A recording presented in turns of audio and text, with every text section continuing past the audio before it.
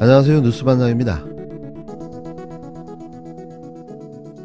JTBC 취재진은 어젯밤 성범죄와 마약을 단속하는 경찰과 동행 취재를 하기 위해 사고 현장 근처에 있었습니다. 마약 범죄 관련 단속을 강화하겠다는 취지여서 이태원 주변 골목 상황까지 지켜볼 여력은 없는 것처럼 보였습니다. 네. 현장에 배치된 경찰관 137명 중 경비 및 안전 유지를 주 업무로 하는 인력은 없었고, 경찰은 밤 10시쯤엔 30분 뒤부터 이태원 일대에서 마약 단속을 하겠다는 내용을 기자단에 공지하기도 했습니다. 심지어 경비를 담당하는 대규모 경찰 인력은 이태원에서 멀지 않은 곳에 있었습니다. 저희가 이제 헬로윈을 앞둔 주말이라서 경찰의 업소 단속을 동행 취재하기 위해서 밤 8시쯤부터 이제 여러 다른 언론사들과 함께 나가 있었습니다. 당시 경찰의 단속 예정지는 참사가 발생한 골목 바로 위쪽인 세계 음식거리였는데요. 경찰은 당초 예정했던 이태원 마약 단속을 결국 취소한다고 기자들에게 문자를 보냈습니다.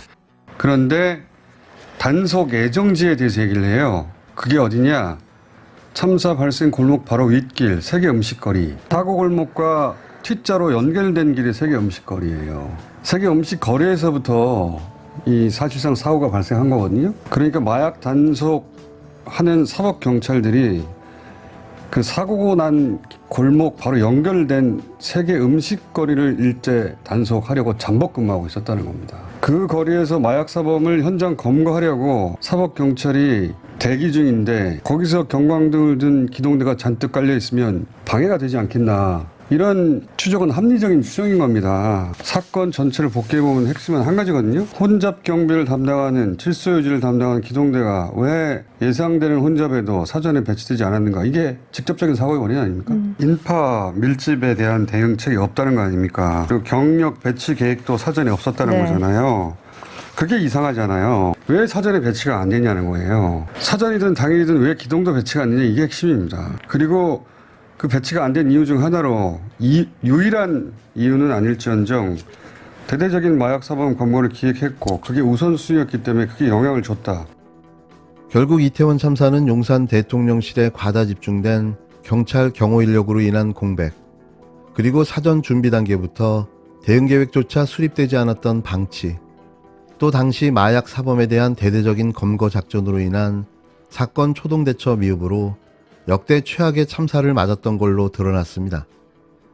그러니까 용산으로 대통령실을 무리하게 이전 강행만 하지 않았어도, 또 정권의 치적을 만들기 위한 마약 수사가 강행되지만 않았어도 이러한 참사가 일어나지 않았을 수도 있었다는 이야기인데요.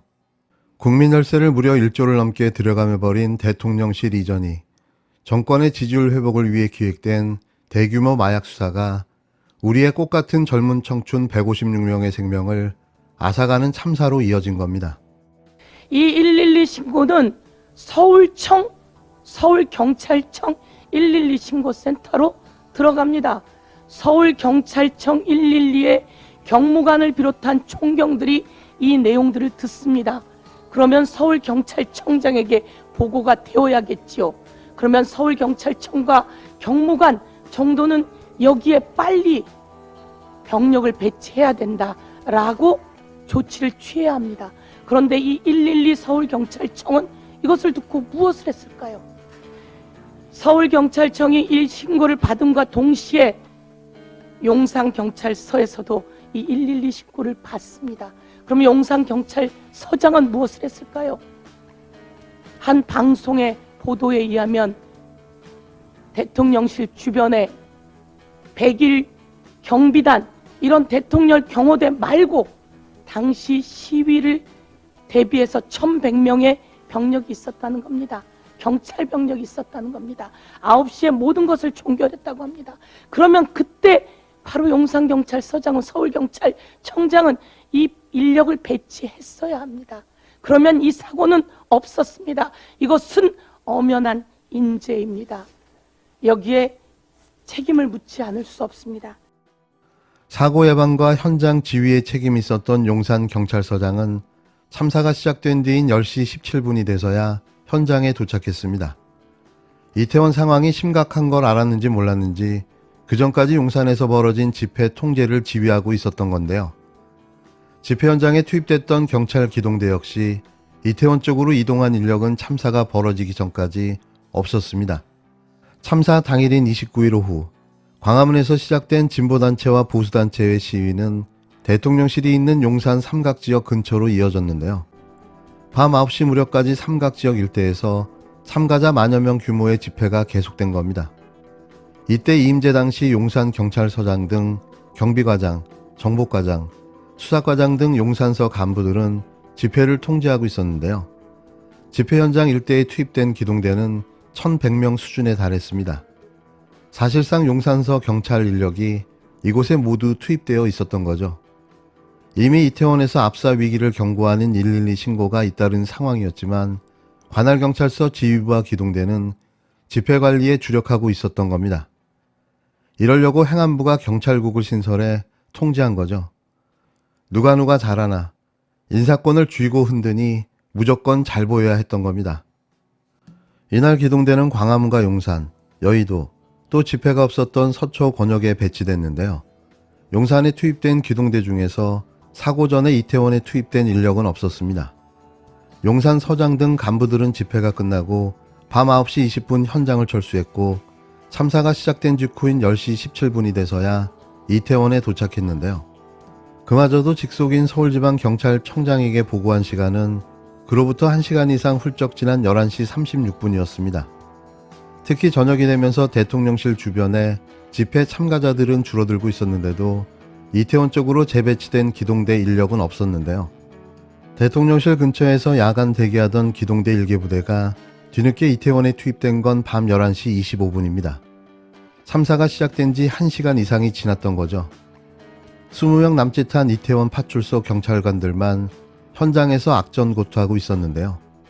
사고 전에 내려온 지시 중에는 무단횡단 통제가 있다는 증언도 나왔습니다. 전혀 사건을 인지조차 하고 있지 못했던 겁니다. 오히려 무단횡단을 막는 게 아니라 늦게라도 차량 흐름을 통제하고 인도에 갇혀있던 인파가 차도로 나올 수 있도록 열어줬어야 한다는 아쉬움이 터져나왔는데요. 대통령 하나 바뀌었을 뿐인데 나라가 엉망진창이 되어버렸습니다. 그 어떤 무엇보다도 소중한 인간의 생명이 이토록 가볍게 취급당해진 적이 있었나요? 용산 대통령실을 지키기 위해 자신의 지지율을 끌어올리기 위해 방치됐던 우리 소중한 청년들의 목숨. 이렇게 상황을 만든 장본인이 애도를 강요하고 있습니다.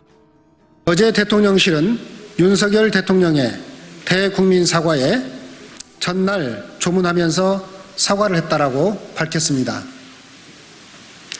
국민은 사과를 들은 적 없는데 사과를 했다니 이런 사과도 있습니까? 국정 최고 책임자로서 일말의 반성과 책임의식도 찾아볼 수 없습니다. 추모는 단지 희생자를 기리는 것이 아닙니다. 성찰과 반성을 통해 억울함을 풀어드려야 합니다. 정부의 성찰 없는 추모, 반성 없는 추모는 가짜 추모입니다. 이번 참사는 수많은 인파가 몰릴 것으로 예견되었습니다.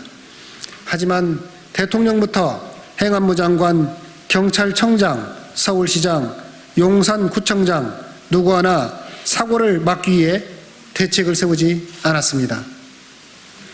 세운 것이라곤 대통령실 집회 경비와 마약 단속 계획뿐이었고 골든타임은 무책임한 정부 당국자들에 의해 흘러갔습니다. 참사로 156명이 희생되었고 187명이 다쳤습니다. 벼랑간 쓰러진 목숨들 앞에 전 국민이 트라우마를 겪고 있습니다. 하지만 윤석열 정부는 책임을 회피하는 데 급급하여 국민 모두가 함께하고 있는 아픔과 분노를 더욱 크게 하고 있습니다. 전 세계가 보는 앞에서 참사 상황을 미국 야구 경기에 빗대 농담한 일국의 총리, 경찰이 제대로 출동했는지 파악도 안 하고 미리 배치한다고 해결된 문제는 아니었다고 말부터 꺼낸 행안부 장관, 압사라는 무서운 단어를 써가며 구원을 요청했던 시민의 신고에 무대응해놓고 참사 보고를 가장 늦게 받은 경찰의 수장 경찰청장, 이 모든 사건에 침묵을 지키며 애도만 강요하는 윤석열 대통령, 이러한 정보를 어떻게 믿고 우리 국민의 생명과 안전을 맡길 수 있겠습니까?